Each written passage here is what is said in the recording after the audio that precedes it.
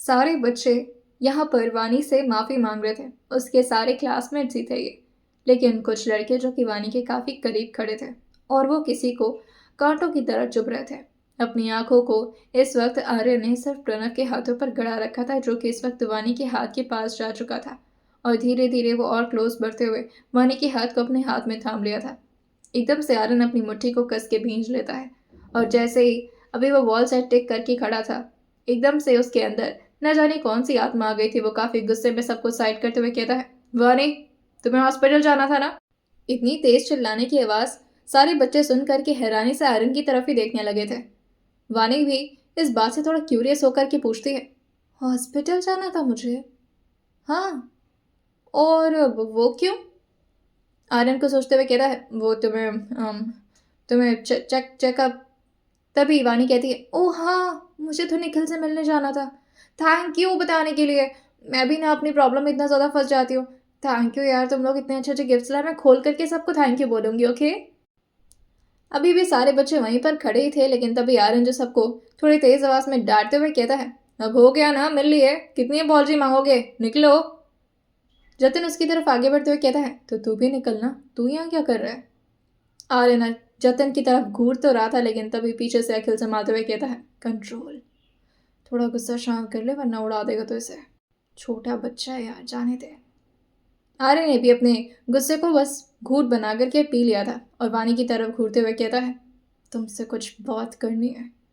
उसके दांत इस वक्त पिस रहे थे और जैसे ही अकेले मिलेगा वानी को, वो उसे बहुत ज़्यादा डांटने वाला था। वो अपने दांत को पीसते हुए ये बोल तो रहा था, लेकिन तभी वानी भी अपने बेड पर खड़े होते हुए कहती है, मैं तुम्हारी नौकरानी नहीं हूँ जो तुम्हारी सारी बात मानू, मुझे तो तुमसे कोई बात नहीं करनी, जाओ यहाँ से। आर्यन उसकी बात को सुन करके उसकी कलाई को जोर से पकड़ते हुए उसे बेड के नीचे एक ही झटके में खींच दिया था, जिससे वानी पूरी तरह से जा करके आर्यन की बॉडी पर लीन हो गई थी। अगर वैसा नहीं करती तो वो धड़ाम से नीचे की तरफ गिर जाती। अब अखिल इस मोमेंट को खराब ना करते हुए धीरे से दरवाजे को बंद कर देता है और आर्यन भी उसके हाथ को पकड़ते हुए उसे दरवाजे से टिका दिया था और दरवाजे के ऊपर की कुंडी को लगाते हुए जोर से अपने हाथ को मारते हुए कहता है, तुम्हारा जो दिमाग है उसके अंदर कुछ है या सब खाली है? समझ नहीं आ रहा था प्रणव तुम्हें किस तरह से टच कर रहा था। ये सुनते ही वानी, जो कि अपना कंधा उचकाते हुए मासूम बनते हुए कहती है, किस तरह से टच कर रहा था? बाकी वानी को कुछ समझ नहीं आ रहा था कि आर्यन किस बारे में बात कर रहा है। आर्यन एक्सप्लेन करते हुए कहता है, वो तुम्हें। तभी वानी, जो कि उसके गुस्से को देखते हुए कहती है, तुम इतना गुस्सा क्यों कर रहे हो, मुझे डर लगता है। आर्यन जो एक गहरी सांस भरता है और अपनी आंखों के लालिमा को थोड़ा कम करने की कोशिश करता है, जो उससे बिल्कुल भी नहीं हो पा रहा था। और गहरी सांस भरते हुए धीरे से अपने सांसों को एक्सहेल करते हुए वानी के करीब आते हुए कहता है, जस्ट अंडरस्टैंड दिस, अगर तुम किसी की सेफ्टी चाहती हो तो उससे दूर रहा करो, फिर बाद में ये मत कहना कि प्रणव मिल नहीं रहा है। वानी एकदम से हैरान होते हुए कहती है, क्या तुम क्या सबको गायब करते फिरोगे? तो इसका मतलब तुमने वैभव और आर्यन जो अपने सर पर अपना हाथ मारते हुए कहता है, अरे हाँ, मैं नहीं किया सबको गायब। मुझे गुस्सा आता है जब तुम्हारे कोई करीब आता है, तो तुम समझ रही हो मेरी बात? वानी की सांसें एकदम से बढ़ गई थी और साथ ही उसकी आंखों से आंसू भी धार बनकर के नीचे की तरफ गिरने लगा था, क्योंकि वानी से कोई इतनी तेज आवाज में बात नहीं करता था। आर्यन भी अब रियलाइज करते हुए अपने बालों पर अपने हाथ को फेरते हुए कहता है, मेरा वो मतलब नहीं था एक्चुअली।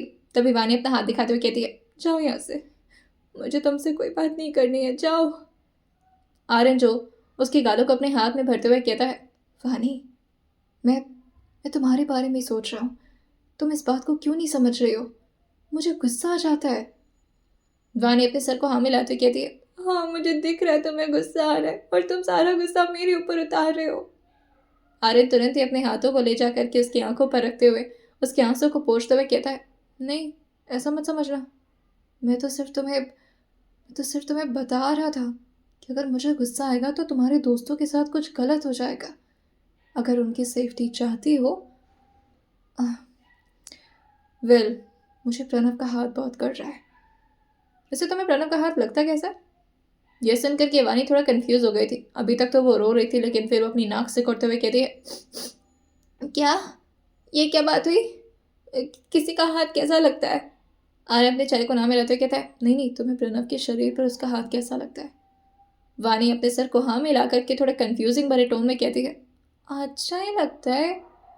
और उसके गालों को खींचते हुए कहता है, और सोचो अगर उसके शरीर पर उसका हाथ ना हुआ तो वो अजीब नहीं लगेगा। वो अपने गुस्से को शांत करने के लिए वानी को दूसरे तरीके से समझाने की कोशिश कर रहा था।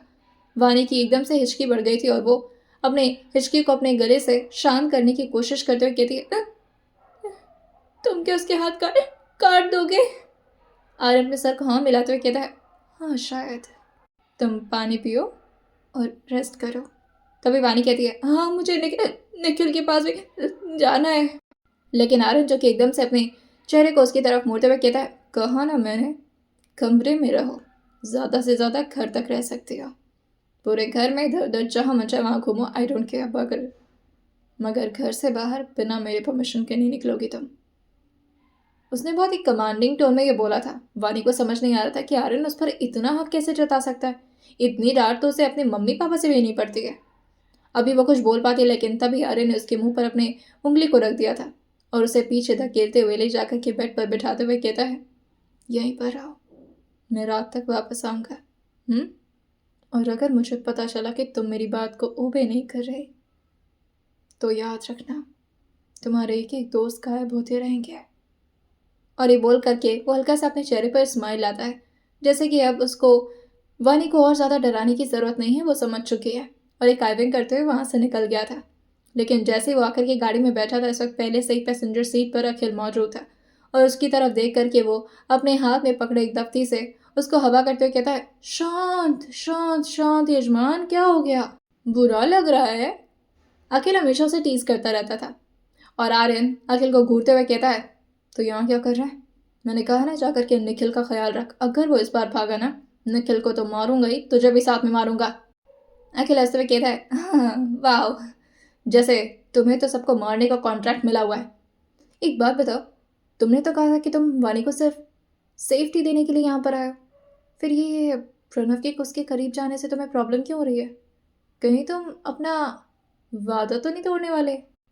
आर्यन हंसते हुए कहता है, कौन सा वादा कर दिया मैंने तेरे से? इस बात पर आखिर अपना चेहरा ना मिलाते हुए कहता है, नहीं नहीं, मुझसे थोड़ी ना, वो तो मैं आरवी से मतलब ठीक है, मैं कुछ नहीं बोलूँगा। आर्यन एकदम से आरवी का नाम सुन करके अखिल को घूरते हुए कहता है, उसके बारे में बात मत करो, और कितने बार बोलूँ कि उसके साथ मेरा कोई अटैचमेंट वाला नहीं है, बस वो सिचुएशनशिप थी और ख़त्म हो चुकी है। अखिल उसको अपने हाथ में फ़ोन लिए स्क्रॉल करते हुए कुछ स्क्रीन पर दिखाते हुए कहता है, मगर वो तो अभी भी तेरा इंतज़ार कर रही है, देख। वैसे जब आरवी को पता चलेगा कि तू यहाँ किसी बच्ची को बचाने के चक्कर में स्कूल स्टूडेंट बना फिर रहा है, क्या सोचेगी वो? मुझे तो लगता है अपना सर मार मार के फोड़ लेगी कि कभी उसने तेरे जैसे लड़के को पसंद किया था, जो किसी बच्ची के चक्कर में। आर्यन एकदम से अखिल को वार्न करते हुए कहता है, मैं कह रहा हूं ना, उतर यहाँ से और तू जा ना, अपने काम कर, तुझे मेरे काम में क्यों दखलंदाजी देनी है? अखिल जो कि इसको चिढ़ाते हुए कहता है, ओहो हो, तू मुझे यहाँ पर रखा हुआ है, मैं तो मस्त लाइफ जी रहा था लंदन में। नहीं नहीं, जाओ जाओ अखिल, जाकर ख्याल रखो उसका। पता नहीं क्यों आ गया मैं, पेमेंट का चक्कर ना होता तो कब का लंदन में होता मैं। मेरी कितनी सारी गर्लफ्रेंड्स मिस कर रही होंगी मुझे। आर्यन इस वक्त अपने सारे गुस्से को गाड़ी के इंजन पर निकाला था और तभी अखिल उसको समझाते हुए कहता है, दुबई लंदन और न्यूयॉर्क की सड़क नहीं है, इंडिया ये, बीच में गाड़ी आ जाएगी या फिर कोई गाय वाय आ गई तो? आर्यन जो कि अपने गुस्से को शांत करने के लिए बस यही करता था, कभी वो बहुत ही स्पीड से ड्राइविंग करना शुरू कर देता था तो कभी अपने सारे गुस्से को पंचिंग बैग पर निकालना। 1.5 घंटे के सफर को आर्यन ने सिर्फ 15 मिनट का सफर बना दिया था और फाइनली वो लोग अपने मेंशन की तरफ आ चुके थे। जैसे अखिल उसमें से उतरने वाला होता है, आर्यन उसको वार्न करते हुए कहता है, दूर रह मुझसे और वानी के बारे में किसी से कुछ नहीं बोलना। वैसे भी घर वाले पागल हो रखे मेरे, बड़े भाई को क्या काम आ गया इस टाइम? तभी पीछे से अखिल हंसते हुए कहता है, तुझे लगता है कि यहाँ पर तेरे सर बड़े भाई तेरा इंतजार कर रहे हैं? जाओ जाओ अंदर जाकर देखो। यहाँ आए हुए गेस्ट के पूरे मेंशन के नौकर खातिरदारी कर रहे थे और ये कोई गेस्ट नहीं थे, बल्कि आर्यन के अपने मॉम डैड तारा सिंघानिया और उनके साथ आयुष्मान सिंघानिया बैठे हुए थे। और साथ ही इस वक्त चिंकी जो कि राजवीर के बगल में बैठी हुई थी और अपने हाथों में इस वक्त जिमी के बालों को धीरे धीरे सहलाए जा रही थी। जैसे ही आर्यन के आने की आहट उन लोगों को सुनाई दी थी, सबकी शक्ल उसी तरफ मुड़ गई थी और फाइनली आर्यन जैसे लिविंग रूम के अंदर एंटर होता है, इस वक्त सारे लोग को इस तरह एक साथ देखकर कि वो एकदम से हैरान तो रह गया था, साथ में काफी गुस्सा भी हो गया था और तुरंत ही वहां से उड़ता। लेकिन तभी चिंकी भाग कर आते हुए कहती है, आप आपको कहीं देखा है मैंने? डोंट से कि आप मेरे आर्यन भाई हैं प्लीज। आर्यन जो एकदम से अपने चेहरे पर अपने हाथ को रब करते हुए कहता है, गॉड, ड्रामा बंद करो और अपना काम करो तुम लोग। भाई, आपने मुझे बुलाया क्यों था? तभी राजवीर जो कि अपने सामने बैठे तारा सिंघानिया और साथ ही आयुष्मान सिंघानिया की तरफ इशारा करते हुए कहते हैं, सिर्फ मैं ही नहीं बैठा हूँ, तुम्हारे मम्मा पापा भी बैठे हैं, मिलो बात करो उनसे, ये क्या मैनर है? आर्यन आकर के राजवीर के बगल में काफी गुस्से में खड़े होते हुए कहता है, कर क्यों बुलाया? अगर बता देते कि यहाँ पर मेरे मॉम डैड आए हैं, मेरे पूजनीय मॉम डैड, तो शायद मुझे यहाँ आने की गलती नहीं करनी पड़ती। और समझा दीजिए इन लोगों को, अगर इन लोगों को इनके बिजनेस में कोई हाइप चाहिए ना मुझसे, तो मैं नहीं दे रहा, मैं 6 महीने की छुट्टी पर हूँ। ये बोल करके जैसे ही अभी आर्यन मुड़ा था, तभी उसके कानों में एक आवाज़ पड़ती है, वानी के चक्कर में इतना कुछ बदल गया, मुझे पता नहीं चला। मुझे तो लगा था कि मेरा बेटा थोड़ा बहुत तो मेरे बेटे जैसा होगा, मगर देख रहे हो राजवीर। आर्यन वानी का नाम अपनी माँ के मुंह से नहीं सुनना चाह रहा था, क्योंकि वो इस बारे में किसी को भी नहीं बताना चाह रहा था, क्योंकि शायद उसे खुद भी नहीं पता था कि उसे हो क्या रहा है। राजवीर हंसते हुए कहता है, हाँ, कौन वानी मॉम? मैं तो किसी वानी का नाम भी नहीं सुना। इस बात पर आर्यन चिढ़ते हुए कहता है, सब तो सुन चुके हो, और क्या प्रूफ करना चाहते हो इससे? बस 6 महीने का वेकेशन ले रखा हूँ और she is just my friend. तभी चिंकी हंसते हुए कहती है, हाँ हाँ मुझे पता है, उन्हीं के चक्कर में आपने अपनी पूरी दाढ़ी शेव कर ली। वैसे काफ़ी स्ट्रॉन्ग बॉन्डिंग है आप लोगों की। लेकिन एक बात तो है भाई, ये स्किन केयर की रूटीन ना मुझे भी बता दो, मुझसे ज़्यादा चिकना चेहरा तो आपका लग रहा है। आर्यन को अपनी बियर्ड पर बहुत ही ज़्यादा घमंड था कभी, और वो अपनी मोस्टैच और अपने बियर्ड्स को बहुत ही प्यार करता था। उसे नहीं पता था कि एक दिन उसकी ज़िंदगी में ऐसा भी दिन आएगा जब उसकी बहन उसे चढ़ाएगी। वो अपने सर पर अपने बालों को काफ़ी गुस्से में पकड़ते हुए कहता है, बस बहुत हो गया, मैं जा रहा हूँ यहाँ से। तभी हंसते हुए राजवीर पीछे पीछे आते हुए कहता है, अच्छा अच्छा, नहीं करेंगे मजाक, आजा बैठ जा साथ में। आयुष्मान अपने एक पैर पर दूसरे पैर को चढ़ाए किसी डॉन की तरफ बैठे हुए थे और सिगार को अपने मुंह पर लगाते उसका कश लेते हुए कहते हैं, हम क्या ही बोल सकते हैं इन्हें, जब इन्हें खुद ही समझ नहीं है तो लग रहे हैं ये अच्छा। लेकिन तभी आर्यन अपना हाथ दिखाते हुए कहता है, मेरी उम्र बताने की ज़रूरत नहीं है, मैं अभी कैरेक्टर में नहीं हूँ। और जहाँ तक बात रही आप लोग को मुझसे क्या ज़रूरी काम है मुझे नहीं पता, पर मैं अभी कोई भी काम करने के मूड में नहीं हूँ। और एक बात बताइए, आप लोग के लिए पैदा हुआ हूँ क्या? बचपन से मुझे जहाँ मन चाहे वहाँ घुसा दिया, कभी काम कर दो, कभी ये कर दो, कभी वो कर दो। मुझे नहीं चाहिए कुछ दिनों के लिए फेम, मैं अपनी लाइफ अपने हिसाब से जीना चाहता हूँ। आयुष्मान अपना सर हाँ मिलाते हुए कहते हैं, जब तुम बाप बनोगे ना बेटा, तब समझ में आएगा कि बेटों की फिक्र कितना ज़्यादा परेशान कर देती है माँ पापा को।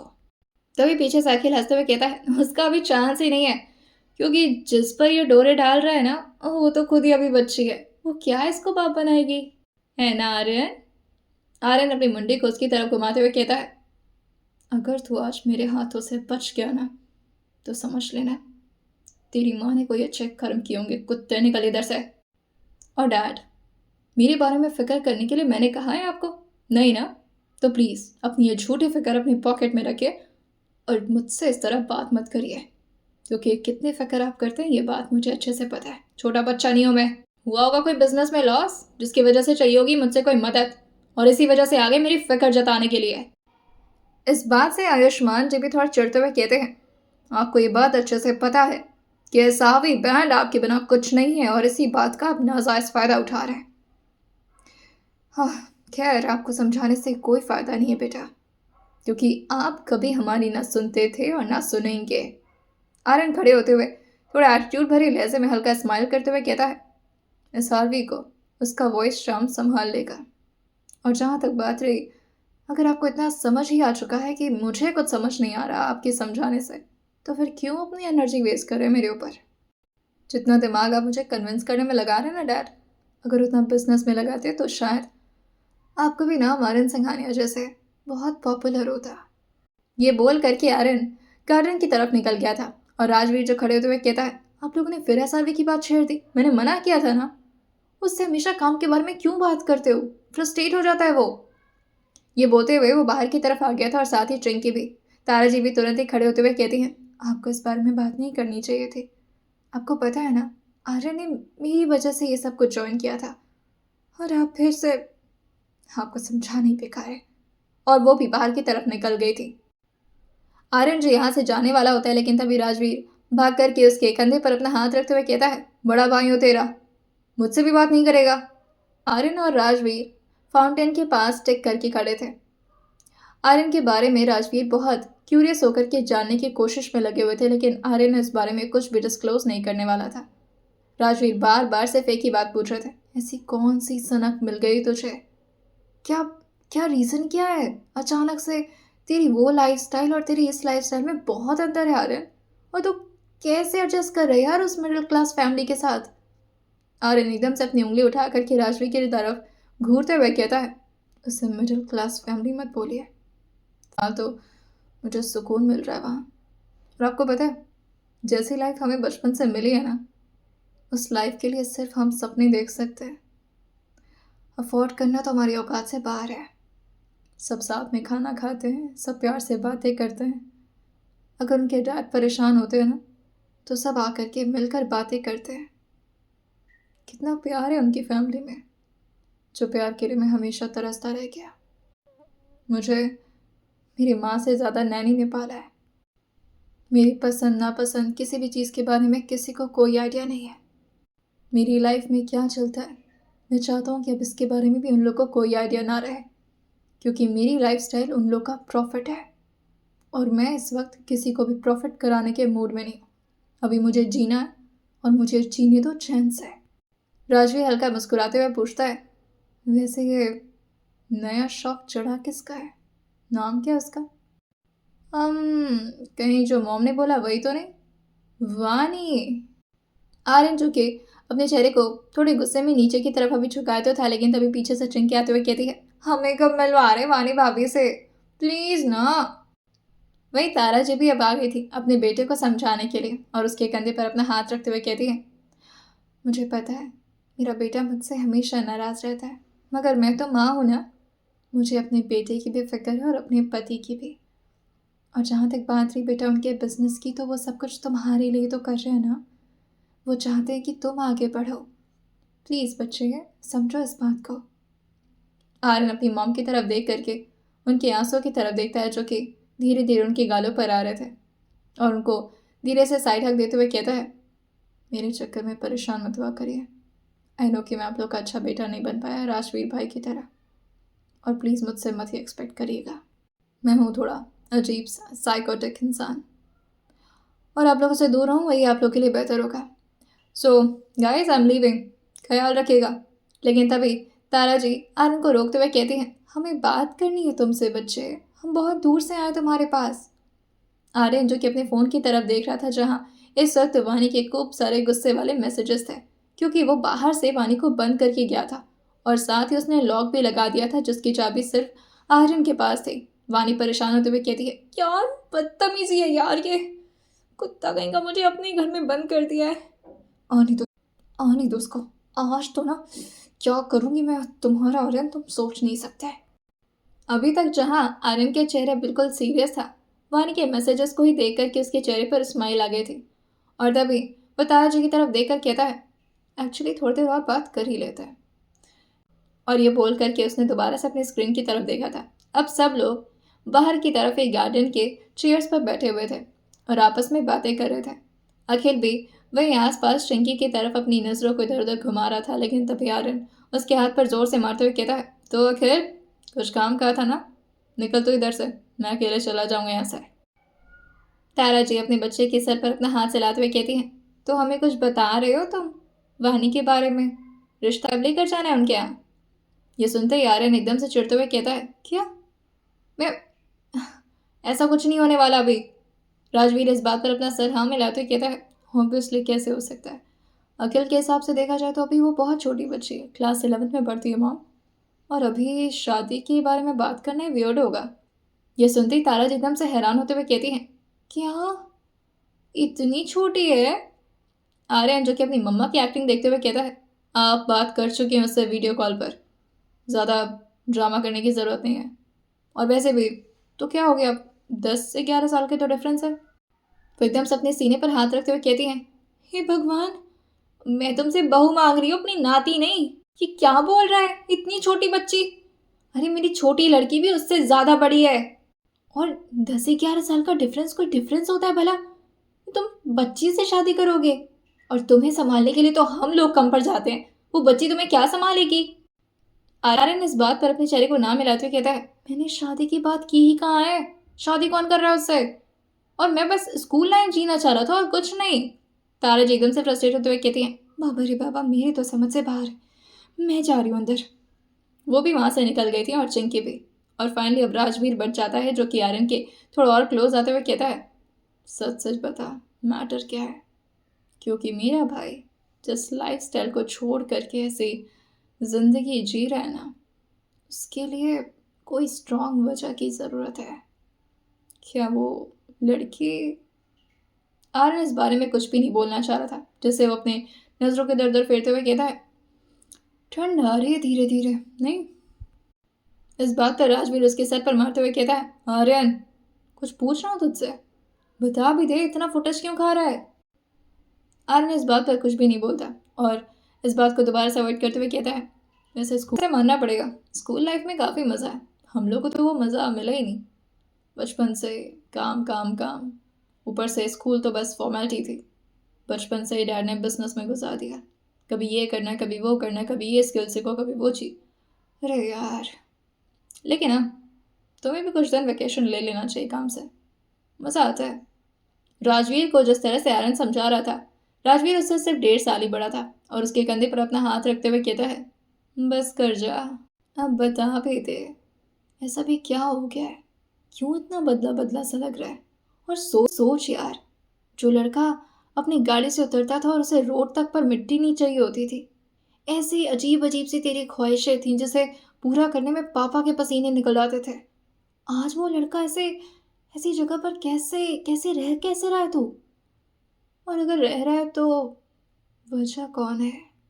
आर्यन, जो कि फिर से अपने भाई को उसी बात पर अटकता हुआ देखकर कहते हैं, यार पीछे पड़ गए हो, बोल तो रहा हूँ, कुछ नहीं ऐसी वजह है, बस मुझे छुट्टी चाहिए थी, मज़े आ रहे हैं मुझे, दैट्स ऑल। एडमिशन करवा लिया मैंने, पढ़ाई कर रहा हूँ और वो भी बहुत मेहनत से। एग्ज़ाम भी आने वाला है सर पर, बहुत टेंशन है, मैं निकल रहा हूँ इधर से। तभी पीछे से राजवीर थोड़ा तेज़ आवाज़ में कहते हैं, अगर वो चाहिए ही थी तो तुझसे किसी और तरीके से भी तो हासिल कर सकता था, ऐसे पागलों की तरह स्टूडेंट बनने की क्या ज़रूरत थी? ये सुनते ही आर्यन, जो कि पीछे मुड़ करके जवाब देने की कोशिश करते हुए कहता है, क्या? मुझे वो चाहिए थी, मैं उसे हासिल? भाई, मैं किसी सामान से प्यार नहीं किया हूँ, इंसान है वो, जीती जागती, और उसे हासिल करना, नो, नॉट माई टाइप। मैं उसके साथ जीना चाहता हूँ, मैं उसकी लाइफ को बिना इंटरप्ट किए उसके साथ जीना चाहता हूँ और उसे अपनी ज़िंदगी का कोई हिस्सा नहीं बनाना चाहता, खुद उसकी लाइफ का हिस्सा बनना चाहता हूँ। और हाँ, एक और बात, अगर आपको इतनी क्यूरियोसिटी है जानने में कि मैं ये सब क्यों कर रहा हूँ, तो समझ लीजिए कि ये मेरी रिस्पॉन्सिबिलिटी है और आपका भाई बहुत रिस्पॉन्सिबल है। ये सुनते ही वो एकदम से परेशान होते हुए पूछते हैं, रिस्पॉन्सिबिलिटी? अभी तूने उसे पैदा किया है जो उसकी रिस्पॉन्सिबिलिटी निभा रहा है? अब आर्यन को गुस्सा आ रहा था और वो अपने भाई की तरफ घूरते हुए कहता है, अब ये ज़्यादा हो रहा है, हाँ? सोच तो लिया करो बोलने से पहले क्या बोल रहे हो। रात के 11:30 बजे जाकर के आर्यन फाइनली अब वानी के घर पर पहुंचा था और दरवाजे को खोल करके धीरे से अपने हाथ में प्लेट लिए हुए अंदर की तरफ पहुंचता है, जहां वानी ऐसी ही भूखे पेट सो चुकी थी। आर्यन को मन तो कर रहा था कि वो घर जाए, लेकिन न जाने क्या चीज़ें उसे रोक रही थी और वो बहुत परेशान था इस वक्त कुछ बातों को सोच करके। और जैसे ही वो वानी के चेहरे की तरफ अपने नज़रों को झुकाया था, रात का ये अंधेरा जिस पे चांद की रोशनी उसके चेहरे पर पड़ रही थी, आर्यन धीरे से उसके बालों को उसके कानों के पीछे लगाते हुए कहता है, 1.5 साल पहले भी देखा था। मगर उस वक्त तुम बहुत झगड़ा कर रही थी। कितना झगड़ा करती हो, थकती क्यों नहीं हो तुम? हमेशा बस चाय चाय चाय चाय। वो धीरे धीरे खुसर फुसर बातें कर रहा था, जिससे वानी की नींद थोड़ी डिस्टर्ब हो गई थी और फिर वो धीरे धीरे अपनी आंखें खोलना शुरू कर देती है। आंखें खोलते उसे सबसे पहले अपने सामने आर्यन दिखा था, जिसे वो एकदम से चौंक करके उठ गई थी। अभी वो चिल्ला पाती, लेकिन तभी आर्यन उसके मुंह पर हाथ रखते हुए कहता है, श्श, खाना लेकर आया तुम्हारे लिए, भूखे सो गई थी ना? वानी एकदम से गुस्सा करते हुए उसके हाथों को जोर से काट ली थी और आर्यन जो कि चीख भी नहीं पाता और अपने हाथों को पीछे करते हुए कहता है, क्या चुड़ैल चीज हो यार, एक तो खाना लेकर आए हो, ऊपर से नाटक कर रही हो। वानी जो कि प्लेट को अपने हाथ में लेते हुए कहती है, मुझे कितनी भूख लगी थी, मम्मा ने बोला पनीर पराठा बनाई हो, मुझे कितना पसंद है तुम्हें पता है, मुझे ठंडा ठंडा नहीं खाना, मुझे जाओ मेरे लिए नया बना कर लाओ। आर्यन उसके ऐसे तमतमाते गुस्से को देख कर के हमेशा पिघल जाया करता था और अभी उसके ठीक सामने नीचे की तरफ घुटने पर बैठता है, लेकिन तभी वानी खड़े होते हुए कहती है, ये क्या कर रहे हो, सही से खड़े रहो, और इतनी रात में मेरे कमरे में आने की क्या जरूरत थी। आर्यन इस बात पर उसकी तरफ और ज्यादा क्लोज आते हुए कहता है, क्यों, इतनी रात में मुझे देखकर कंट्रोल नहीं होगा। वानी इस बात पर उसके नाक को खींचते हुए कहती है, तुम ना हमेशा फालतू बकवास करते रहते हो, मुझे भूख लगी, अच्छा लाओ मैं ठंडा ही खा लेती हूँ।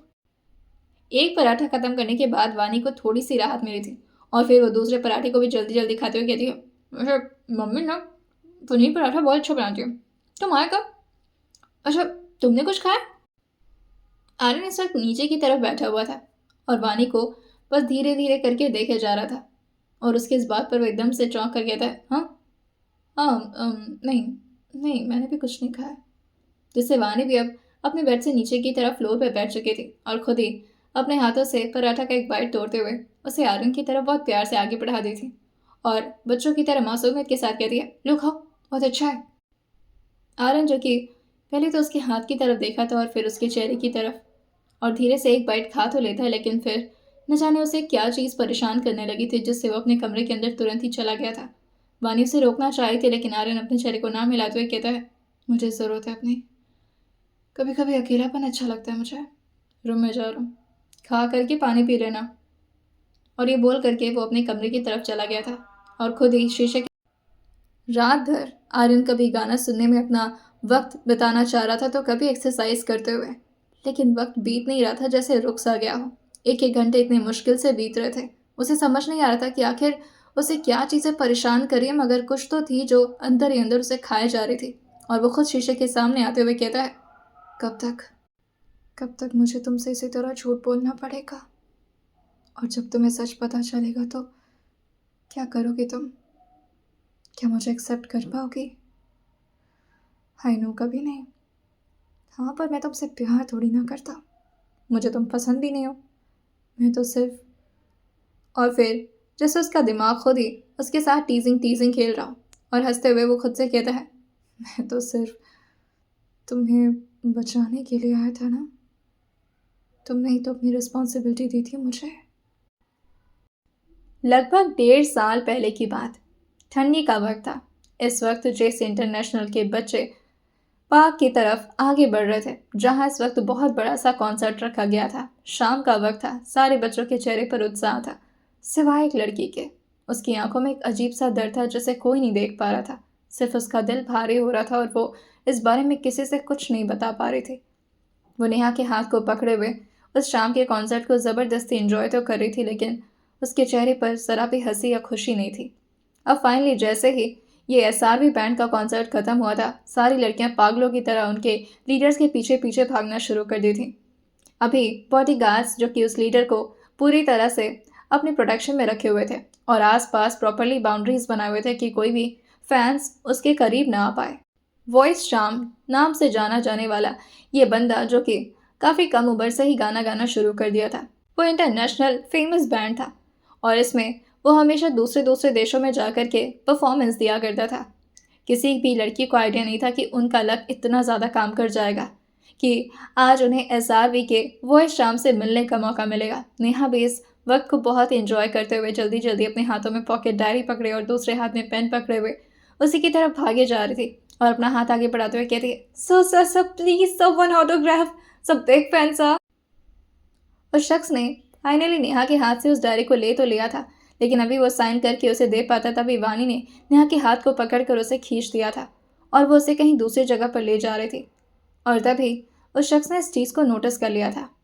वो हमेशा अपने चेहरे पर एक बड़ा सा मास्क लगाकर रखता था जो कि उसके चेहरे को हाफ कवर रखती थी और उसकी आंखें और नाक अभी तक किसी ने नहीं देखा था, सिर्फ उसके होंठ ही लोगों को दिखाई देते थे, वो भी बहुत थोड़ा सा। अब फाइनली वो अपनी गाड़ी में आकर के बैठ चुका था और अपनी पॉकेट डायरी को उसे हाथ में पकड़े हुए, लेकिन न जाने क्यों से बार बार एक चीज़ ट्रिगर कर रही थी।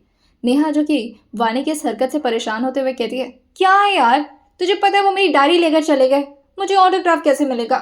वो बस मुझसे बात करना ही चाह रहे थे लेकिन तू आ गई बीच में, हमेशा ऐसे ही करती है।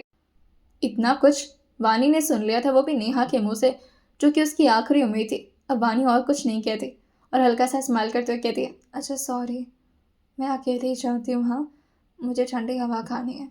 और ये बोलकर वो पहाड़ी की तरफ आगे बढ़ती जा रही थी। नेहा उसको रोकना तो चाहती है लेकिन फिर वो ज़्यादा उसे फोर्स नहीं करती क्योंकि नेहा भी अभी नाराज़ थी और वहाँ से जा चुकी थी। अब वानी बिल्कुल पूरी तरह से अकेले थी और पहाड़ी पर एकदम से अकेले जाकर के खड़ी हो जाती है। वानी जो कि इस वक्त ठंडी ठंडी हवा को महसूस करते हुए अपने दोनों हाथों को क्रॉस करते हुए एक दूसरे हाथों पर रब करते हुए एक गहरी सांस भरते हुए कहती है, आई एम सो सॉरी पापा, आई एम सो सॉरी मम्मा, मैं आपकी अच्छी बेटी नहीं बन पाई। काश काश आपको मेरे बारे में कुछ पता ना चलता, पर ऐसा नहीं हो सकता। अगर मैं उस आदमी की बात नहीं मानी तो वो सब कुछ आप लोगों को दिखा देगा और मैं बर्दाश्त नहीं कर पाऊंगी। मुझे पता है आगे क्या होगा, आप लोग मुझे मारेंगे, इससे बेहतर है मैं खुद मर जाऊं। और ये बोल करके वो धीरे धीरे पूरी तरह से अब किनारे पर आ चुकी थी और उसका एक कदम आगे बढ़ता कि बस उसकी पूरी जिंदगी एक सेकंड में ख़त्म हो जाती। लेकिन अभी उसका एक कदम और आगे बढ़ पाता तभी काफ़ी ज़ोर से उसे किसी ने पीछे से खींच लिया था। Hey what the hell are you doing, stop it, come back. और ये बोल करके उस शख्स ने काफ़ी ज़ोर से वानी को खींच लिया था। वानी जो कि जाकर के उसके एकदम से सीने से लग गई थी लेकिन अभी भी उसका चेहरा बिल्कुल ही उसके लिए धुंधला धुंधला था। वानी की आंखें बिल्कुल आंसुओं से भरी हुई थी और उसे फ़र्क नहीं पड़ा था कि जो शख्स ने उसे बचाया वो है कौन। तो एकदम से उसको उसके सीने से धक्का मार करके दूर करते हुए कहती है, हाँ, मुझे बचाया क्यों? कितनी हिम्मत लगती है मरने के लिए, तुम्हें कोई आइडिया भी है? जैसे उस शख्स ने सुना था वो एकदम से अपने बालों पर अपना हाथ फेरते हुए गुस्से में कहता है, oh really, now that was a great decision, but I cannot tolerate it in front of me. If you wanna die, just die and get lost, but not here, okay? Because this is my concert site, and if you will die here, I have to face the consequence. So just go and die somewhere else. वानी एकदम से उसकी तरफ आगे बढ़ती और जोर से एक हाथ से थप्पड़ उसके गाल पर जड़ दी थी और वहां से काफी तेजी से निकलना शुरू कर देती है। अब उस शख्स को ये सब कुछ रहा नहीं जाता क्योंकि उसकी बहुत इज्जत थी यहाँ पर। वो ऐसा कैसे कर सकती है? वो तुरंत ही उसके पीछे पीछे जाते हुए कहता है, hey you stupid, how you dare to just slap me. लेकिन वानी ने उसका कोई जवाब नहीं दिया था। अब उस शख्स को भी गुस्सा आ रहा था और वो एकदम से अपनी गाड़ी में बैठ चुका था और जहाँ जहाँ वानी जा रही थी उसे फॉलो करते हुए कहता है, आई वोंट स्टेप बैक, मैं तुम्हें बता कर रहूँगा that who the hell I am. एक तो पहले बचाओ, ऊपर से थप्पड़ खाओ, अच्छा तरीका है। फाइनली वो लड़की जाकर के एक मंदिर के पास रुकी थी और तभी वो लड़का भी बाहर की तरफ निकल जाता है और काफ़ी तेज़ी से अभी उसके पास आ पाता। लेकिन तभी वो लड़की जो जाकर के मंदिर के ठीक सामने अपने घुटनों पर बैठ चुकी थी, उसके ठीक सामने इस वक्त राधा कृष्ण की मूर्ति थी जिसके सामने वो अपने घुटनों पर बैठे रोते हुए अपने हाथों को जोड़ते हुए पूछती है, क्या करूँ मैं? क्यों नहीं करने देते जो मैं चाहती हूँ? पहले मुझे मुसीबत में डालते हैं और फिर मुझे मरने तक नहीं देते। क्या क्या करूँ मैं? कहाँ जाऊँ? किसको बताऊँ कि मैं कितनी बड़ी प्रॉब्लम में हूँ? कोई मेरी प्रॉब्लम समझेगा भी क्यों? आपने ज़िंदगी तो बचा ली मेरी, पर क्या संभाल पाएंगे आप उसे? जब मेरे मामा पापा को पता चलेगा मेरे बारे में तो मेरी क्या इज्जत रह जाएगी उनकी नज़रों में? मैं वो सब बर्दाश्त नहीं कर पाऊँगी। इससे बेहतर है मुझे मर जाने दीजिए। और ये बोलकर वो रोड के बीचों बीच आकर खड़ी हो गई थी और अपनी आंखें बंद कर लेती है। थोड़ी ही दूर पर इस वक्त एक काफ़ी लंबी चौड़ी गाड़ी जो कि उसी की तरफ आ रही थी। ये काफ़ी चलता फिरता इलाका था लेकिन ज़्यादा रात होने की वजह से यहाँ पर गाड़ियाँ कम ही आ रही थी और उस गाड़ी के ड्राइवर को ज़रा भी नज़र नहीं आ रहा था कि कोई खड़ा है दूर पर। यह सब होते हुए एक शख्स जो कि दूर से देख ही रहा था लेकिन जैसे ही वो गाड़ी वानी को हिट कर पाती और वानी अपनी आखिरी सांस के लेने का इंतज़ार कर ही रही थी लेकिन फिर से उसे किसी ने बचा लिया था और इस बार वानी नीचे की तरफ गिरी पड़ी थी और उसके ठीक ऊपर वही शख्स था। बचाने के चक्कर में उस शख्स ने जिस तरह से वानी को नीचे की तरफ गिरा दिया था उसके सर पर थोड़ी चोट लग जाती है एक पत्थर से, जिससे वानी तुरंत ही अनकॉन्शियस हो गई थी और फिर से वो नहीं जान पाती कि उसे किसने बचाया है। थोड़ी देर तक समझ नहीं पाता कि वो क्या करे, और फिर वो उसे मंदिर के सामने गिरी वानी को अपनी गोद में उठाता है और उसे अपनी गाड़ी में ले आकर के धीरे से पैसेंजर सीट पर बिठा दिया था। अभी उसके सीट बेल्ट को लगा पाता, लेकिन वानी जो कि हल्का हल्का अपनी आंखें खोलने लगी थी, जिससे बिना सीट बेल्ट लगाए ही वो अब अपनी गाड़ी पे बैठ चुका था। और वानी को लेकर के वो सबसे पहले हॉस्पिटल की तरफ रवाना होता है, जो कि सबसे ज़्यादा करीब था यहाँ के। अब उसने अपने चेहरे से मास्क हटा दिया था, जिसकी वजह से कोई भी पहचान नहीं पा रहा था कि आखिर ये शख्स है कौन। क्या ये वही वॉइस शाम है जो कि SRV को बहुत टाइम से एक अलग पहचान दिया हुआ है। हॉस्पिटल के एडमिशन के बाद फाइनली अब उस शख्स को इतना तो समझ में आ गया था कि इस लड़की की लाइफ वाकई नॉर्मल तो नहीं है, और उसकी लाइफ में क्या क्या चल रहा है इसके बारे में न जाने क्यों से जानने की क्यूरियोसिटी मच चुकी थी। समझ चुका था उसे ज़रूरत थी किसी की इस वक्त जो उसे समझे और उसकी सच्चाई को जान करके उसकी सहायता करे, उसकी हेल्प करे। और बस इसी तरह से ये कहानी शुरू हुई थी। आर्यन धीरे धीरे अपनी आंखें खोल करके अपने हेडफोन को अपने कानों से हटा करके साइड में फेंकते हुए कहता है, पर मुझे तो सिर्फ तुम्हें बचाना था ना, और उसके लिए मैं सब कुछ तो कर चुका हूँ, फिर मुझे क्यों रहना है यहाँ पर। इसी तरह से पूरी रात बीत जाती है और धीरे धीरे अब वो फाइनली दिन भी आ चुका था, 14 नवंबर का, चिल्ड्रंस डे। सारे बच्चों के चेहरे पर उत्साह थे। सारे बच्चे बहुत खुश थे कि आज तो दूसरे स्कूल के बच्चों को धूल चटानी है। लेकिन आर्यन का दिमाग बिल्कुल शांत था। उसे कुछ समझ नहीं आ रहा था। उसकी आंखों के सामने बस एक ही लड़की का चेहरा नजर आ रहा था, वो भी बार बार, वानी। कभी उसके घर वालों की बातें, तो कभी उसके भाई की, तो कभी अखिल की। अपने ही दिमाग की बातें बहुत परेशान कर रही थी और वह समझ नहीं पा रहा था कि वो क्या करे इस वक्त। सारे बच्चे जो कि अब खड़े हो गए थे, क्योंकि अब फाइनली फुटबॉल टीम के सारे बच्चों को बुलाया जा रहा था। ओम जो कि आर्यन के पीठ पर टैप करते हुए कहता है, चल चल चल आजा, गेम स्टार्ट होने जा रहा है। अखिल भी उसके साथ आते हुए कहता है, चलो यार आर्यन, क्या हो, तो ठीक तो है ना। आर्यन अपने चेहरे को हाँ मिलाते हुए कहता है, मुझे क्या होगा, मैं तो ठीक ही हूँ। फाइनली अब गेम शुरू हो गया था, लेकिन अभी भी आर्यन के चेहरे पर ज़रा भी ना एक्साइटमेंट थी और ना ही एनर्जी। वो बहुत लो एनर्जी के साथ खेल रहा था, या शायद बस टाइम पास कर रहा था। बार बार चिल्ला करके कभी प्रणव इससे कुछ कहता, तो कभी जतिन, कभी ओम, कभी अखिल, मगर वो कुछ भी नहीं सुन रहा था। पीछे खड़े टीचर्स भी आर्यन के इस हरकतों को देख करके थोड़ा परेशान होते हुए कहते हैं, ये कर क्या रहा है, अगर इससे खेलने नहीं आता तो फिर ऐसा क्यों कर रहा है, हमारे स्कूल की टीम को हराने के लिए इसे पैसे मिले हैं क्या। सारे लोग आर्यन आर्यन चिल्ला रहे थे, लेकिन कोई फर्क नहीं पड़ रहा था आर्यन को। और फाइनली एक राउंड में वो लोग हार चुके थे। अब दूसरा राउंड शुरू होने वाला था, और जैसे ही अभी सारे बच्चे पानी पीने के लिए एक साइड में आए थे, आर्यन भी जाकर के एक साइड में खड़ा हो गया था। और इस वक्त वो जिस लड़के के बगल में खड़ा था वो दूसरे स्कूल का बच्चा था, और सामने खड़े थोड़ी दूर पर एक लड़की की तरफ देखते हुए कहता है, वाह, काफ़ी अच्छी माल है, इसको सेट कराना है यार, क्या करूँ, किसे बात करूँ। उसके ठीक बगल में उसका अपना दोस्त खड़ा था, जो उसको समझाते हुए कहता है, यहीं किसी लड़के से बात कर, हो सकता कोई इसे जानता और बात करा दे। अब इस बारे में वो सब बगल खड़े आर्यन की तरफ देखते हुए कहते हैं, वो लड़की दिख रही है अपने चेस्ट के पास, जो उसका बैच दिख रहा है, चमक रहा है, फिगर मस्त है उसकी, तू जानता है क्या उसे। ये बात वो आर्यन से पूछ रहा था, अपने चेहरे को उठा करके, क्योंकि आर्यन की हाइट उन सब से थोड़ी ज़्यादा ही थी। जैसे आर्यन ने झुक कर के उन सबको ही तरफ घूरा था, वो सब एकदम से शांत रह जाते हैं और फिर हंसते हुए कहते हैं, चल किसी और से बात करते हैं, मगर कसम से बता रहा हूँ, नंबर तो चाहिए मुझे इस लड़की का। अभी भी आर्यन ने इस बात पर ज़्यादा फोकस नहीं किया था कि वो लड़के किस लड़की के बारे में बात कर रहे हैं, लेकिन फिर जैसे ही अब सामने की तरफ से वानी आती हुई उन लोग को नजर आती है, सारे लड़के उसी की तरफ देख कर के हुटिंग करना शुरू कर दिए थे और साथ ही सीटी बजाना भी। वानी भाग कर के आर्यन की तरफ अपने बॉटल को आगे बढ़ाते हुए कहती है, तुम्हारा पानी मैंने अपने हाथ में पकड़ा हुआ था, तुम खेल क्यों नहीं रहे हो, और ऐसे पागलों की तरफ बिहेव क्यों कर रहे हो, कहीं पर भी खड़े हो जा रहे हो, ओए तुम्ही से बात कर रही हूँ। आर्यन की नज़र इस वक्त सिर्फ पीछे खड़े उन लड़कों पर थी जो कि वानी को गंदी नज़र से देख रहे थे। और फिर आर्यन वानी के चेहरे की तरफ देख करके पानी को अपने हाथ में लेते हुए कहता है, थैंक यू। वानी हैरान होते हुए कहती है, किस लिए, पानी के लिए। आर्यन जो कि अपने चेहरे को ना मिला करके उसके बहुत क्लोज आते हुए कहता है, नहीं, मेरे इतना फिक्र करने के लिए। वेल, तुम चाहती हो मैं अच्छे से खेलूँ। वानी अपने चेहरे को हाँ मिलाते हुए कहती है, हाँ मैं क्यों चाहूँगी कि मेरा स्कूल हार जाए, और फिर अभी तो हमें पार्टनरशिप वाले में भी खेलना है ना, हम दोनों का पैर बंधेगा और फिर तभी सारे बच्चों को वापस बुला लिया गया था ग्राउंड में, जिससे वानी की बात अधूरी रह जाती है।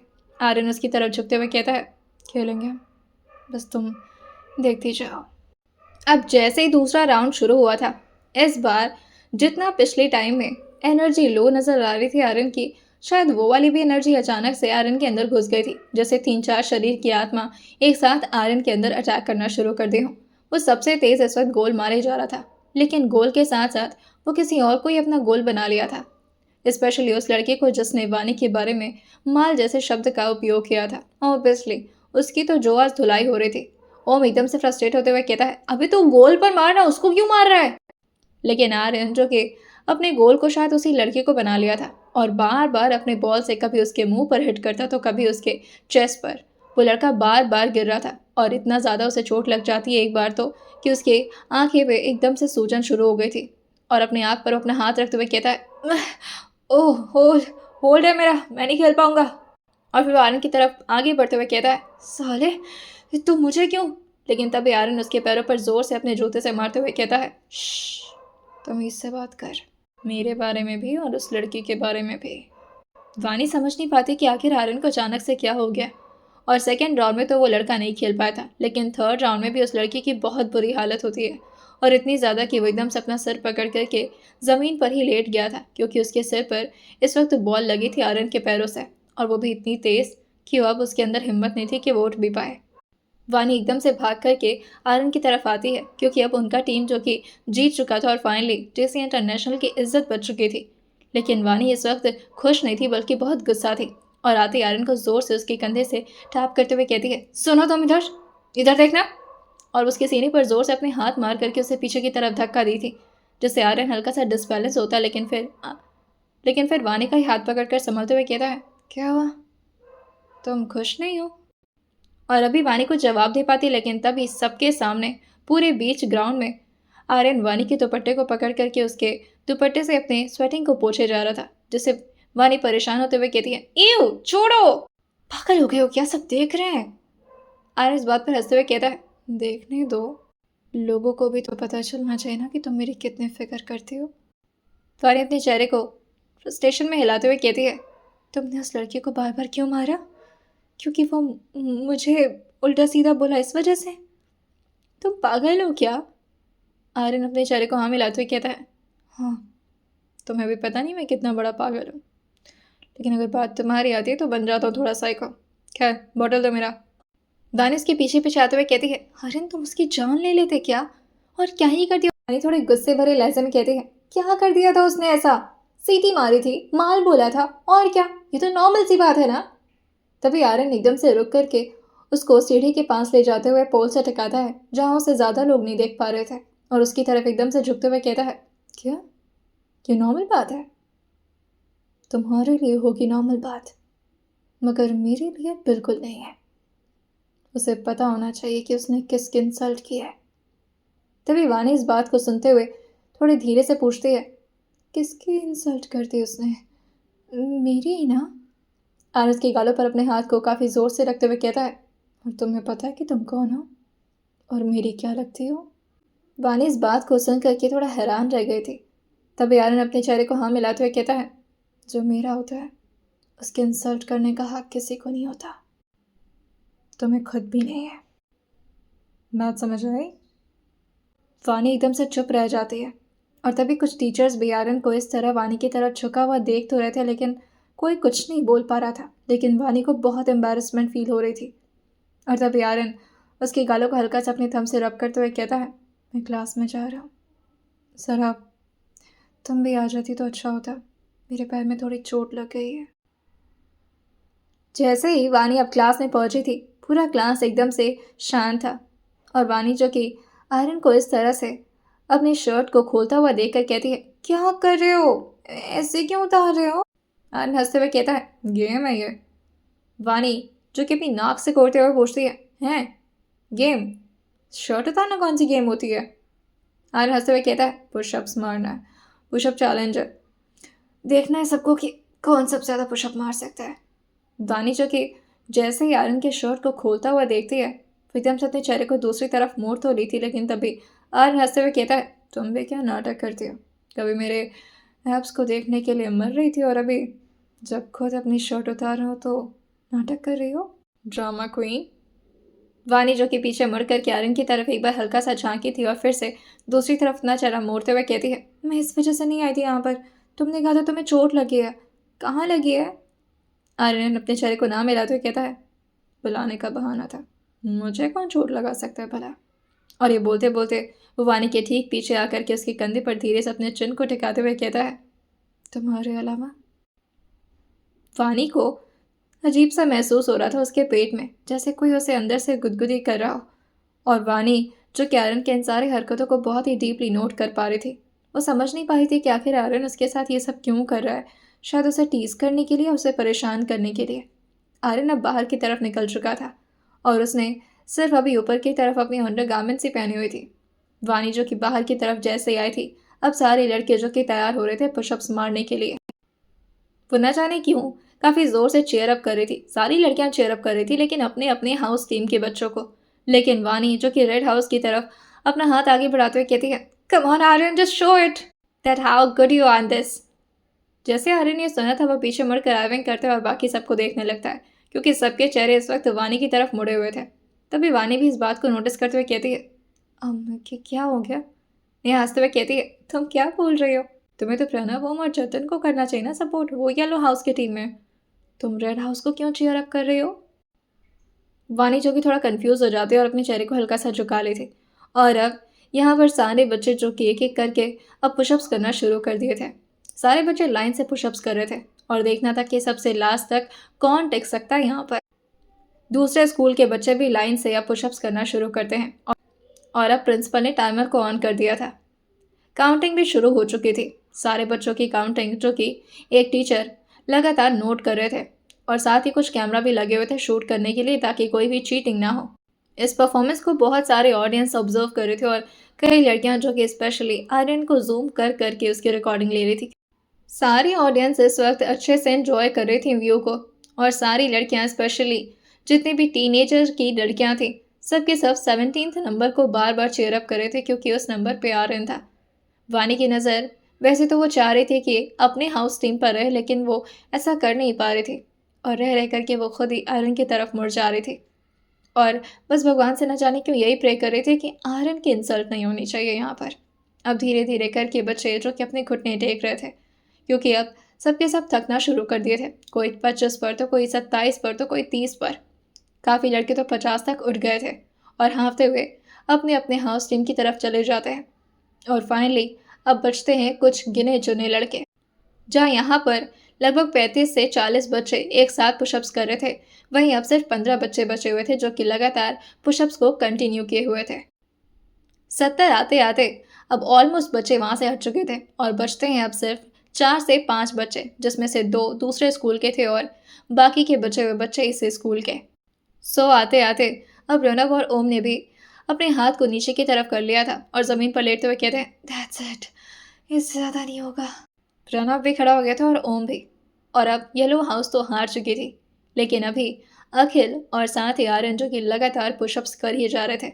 अखिल हंसते हुए कहता है, अबे बस कर जा यार, मुझे तो लगा था मैं थोड़ा तो इम्प्रेस कर लूँ, अब छोड़ देना। आर्यन हंसते हुए कहता है, इसीलिए कहता था जिम किया कर, मैं नहीं हार सकता, मुझे किसी ने ऑर्डर दिया जीतने के लिए। अखिल हिम्मत करते हुए अपने चेहरे को उठा करके ऊपर की तरफ देखता है और वानी की तरफ देखते हुए कहता है, वो तो तेरी तरफ देख भी नहीं रही है, जाने दे, छोड़ दे, वो चाहती तो हार जाए, कम से कम उसकी टीम को तो जिता दे यार। आर्यन हंसते हुए कहता है, तो तू हार जाना। तभी बगल में इस वक्त कर रहा दूसरे स्कूल का एक लड़का जो कि लगातार अभी भी पुशअप्स मारे जा रहा था, अब उसकी भी हिम्मत कहीं ना कहीं डोल रही थी। और तभी वो आर्यन की तरफ घूमते हुए कहता है, तुम लोग थक नहीं रहे हो क्या? अरे यार 125 हो गया और मेरी हिम्मत आ रही है यार, हम लोग स्कूल के टीचर मारेंगे अगर हम लोग जीत कर नहीं आए तो। आर्यन उस पर थोड़ा तरस खा रहा था और साथ ही थोड़ा हंसते हुए कहता है, तो जीतो ना, मना किसने किया है।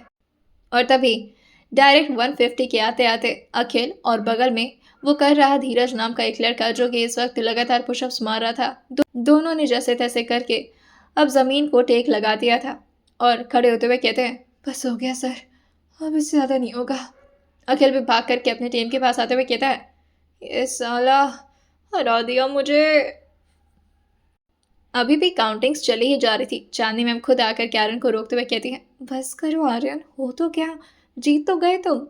आर्यन बेचारे को ना मिलाते हुए कहता है, मुझे मज़ा आ रहा है और किसी को इस व्यू को देखने में मज़ा आ रहा है, सो आप बीच में मत आइए। इतना अच्छा मौका मिला इम्प्रेस करने का तुम्हें, इस बार कैसे चूकूंगा मैं। वानी जो कि न जाने क्यों अपने निचले होठ को अपने दांतों तले दबा करके लगातार आर्यन की तरफ देखे ही जा रही थी। उसे खुद समझ नहीं आ रहा था कि वो क्यों ऐसे पागलों भरी हरकत कर रही है। बार बार उसके हाउस टीचर्स उसको बुलाए जा रहे थे, लेकिन वानी को तो कुछ नहीं सुनाई दे रहा था, जैसे उसकी सारी सुध-बुध एकदम से खो गई हो। और तभी प्रिंसिपल जो कि वानी की तरफ घूरते हुए कहते हैं, जा करके रोको उसे, वरना यही गेम चलता रहेगा शाम तक।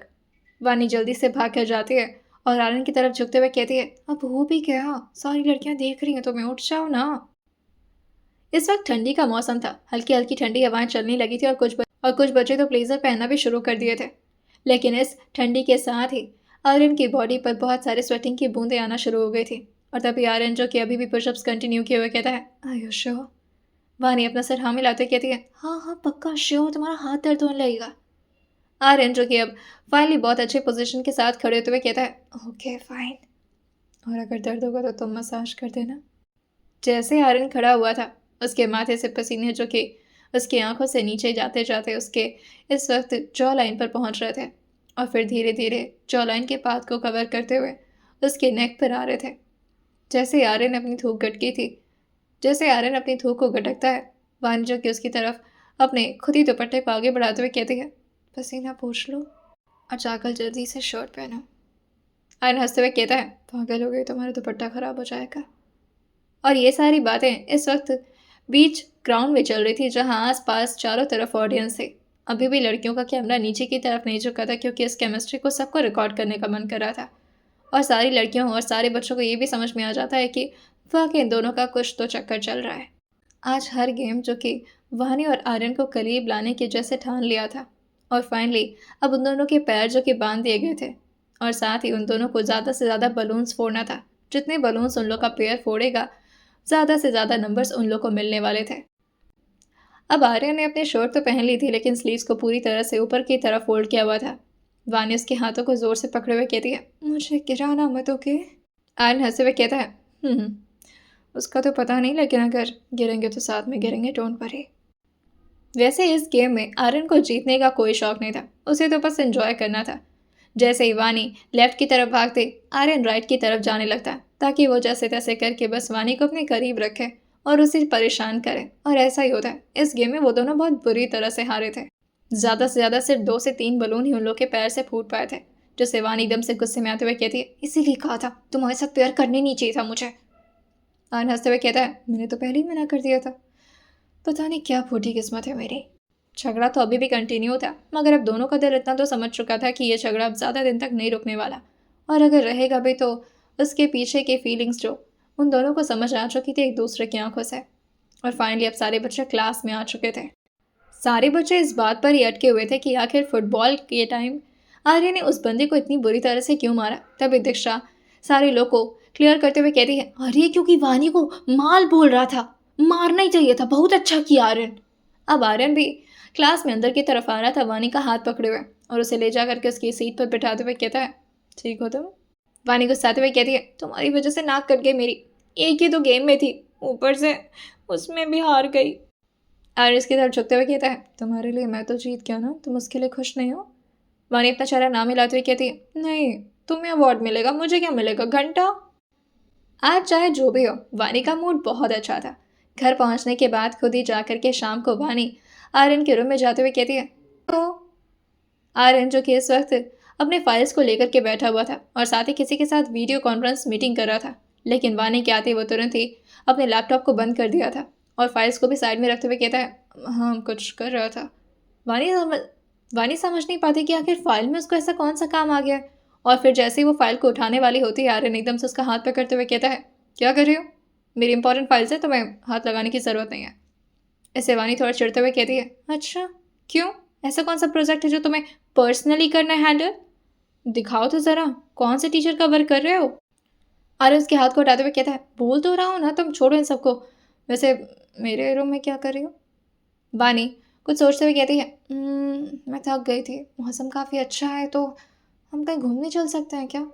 मुझे कहीं कुछ खाने का मन कर रहा है जाकर। आर्यन हंसते हुए कहता है, हो सेम हियर। तो कहाँ चलें? इस बार रेस्टोरेंट चलेंगे, तुम्हारा ठेला वाला। Oh water balls, I don't want to eat that. Vani जो अपने चेहरे को ना मिलाते हुए कहती है, हम तो ठेले पर ही खाएंगे, वहीं मज़ा आता है, चलो। लेकिन तभी आर्यन जो उसको रोकते हुए कहता है, इस बार कहीं और चलें। वानी आर्यन की तरफ कुछ सोचकर मुड़ते हुए कहती है, पार्क चलते हैं। तभी आर्यन उसकी तरफ थोड़ा झुकते हुए कहता है, ट्रिप पर चले। जैसे ही ट्रिप का जिक्र वानी के सामने आर्यन ने किया था, वो एकदम से पीछे होते हुए कहती है, ट्रिप? कौन सा ट्रिप? कहाँ जाना है? आर्यन उसको समझाते हुए हल्के स्माइल के साथ कहता है, स्कूल का ट्रिप जाने वाला है ना, नवंबर दिसंबर में तो जाता है, तुम नहीं चलोगी? वानी ये सुनते ही अपने चेहरे को जल्दी जल्दी नाम हिलाते हुए कहती है, नहीं मैं ट्रिप पर नहीं जाती। और ये बोलकर वो ऐसे अपने चेहरे को छुपाते हुए वहाँ से निकलने वाली होती है ताकि आर्यन उसके एक्सप्रेशन को नोट ना कर ले। लेकिन तभी आर्यन उसको पीछे से पकड़ते हुए कहता है, वानी क्या हो गया, ट्रिप पर चलने में प्रॉब्लम क्या है?